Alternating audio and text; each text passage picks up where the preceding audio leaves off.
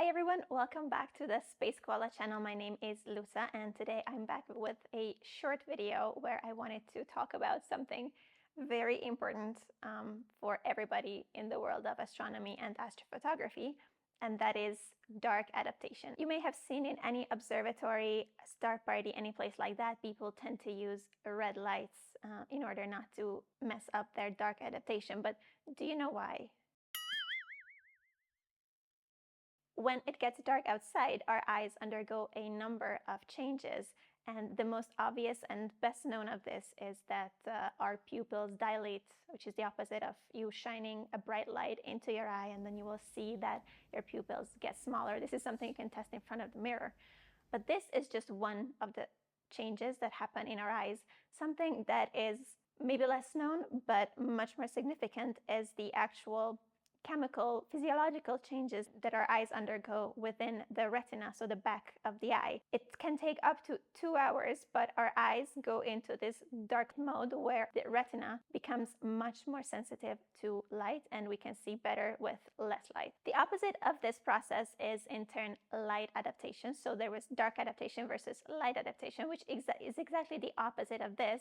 However, instead of taking up to 2 hours, it only takes a couple of seconds.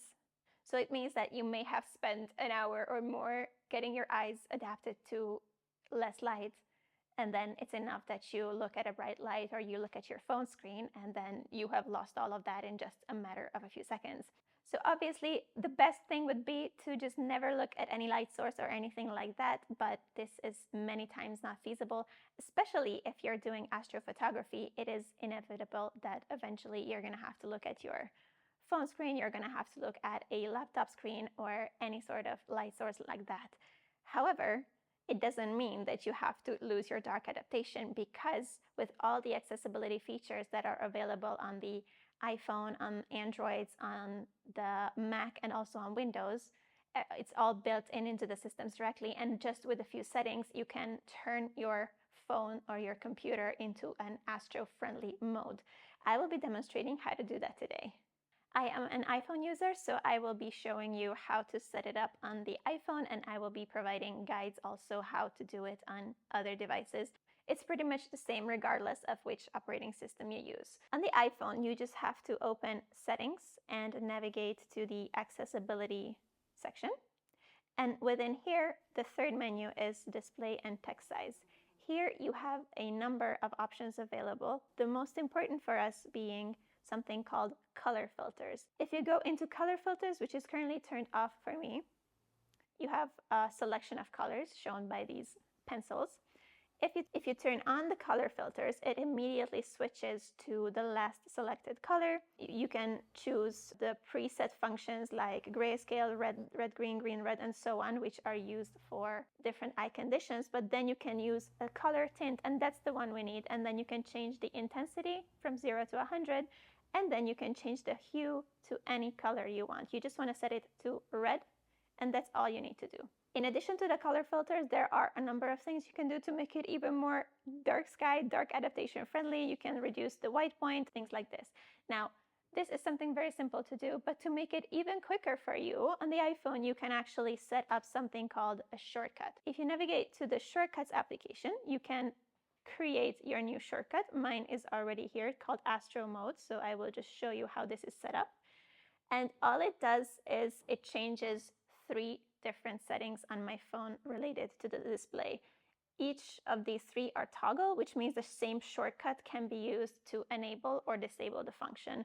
I have it set up to color filters, increasing the contrast, and then toggling the white point. If you have this shortcut set up, then you can put that shortcut pretty much anywhere you like. In my case, I have it on my home screen here on the second page, and I can just turn it off and on, and it immediately switches my phone to sky mode. In addition, these shortcuts can also be assigned to different buttons and other places on the phone. In my case, I have it set up to double click on the back, which immediately toggles the functionality for me if I need to switch it on or off quickly. If you have never heard of this red light concept before, I hope that was useful, and I highly recommend that you get a red headlamp, which you really need if you're going to go out observing under dark skies without disturbing your own dark vision as well as other observers around you. Here, the only thing to pay attention to is that you get a version which has a red light, and also that this red light should be accessible directly with a button. So it shouldn't be in a way that you turn on a white light and then you turn it to red, because then you're gonna illuminate everything for everyone.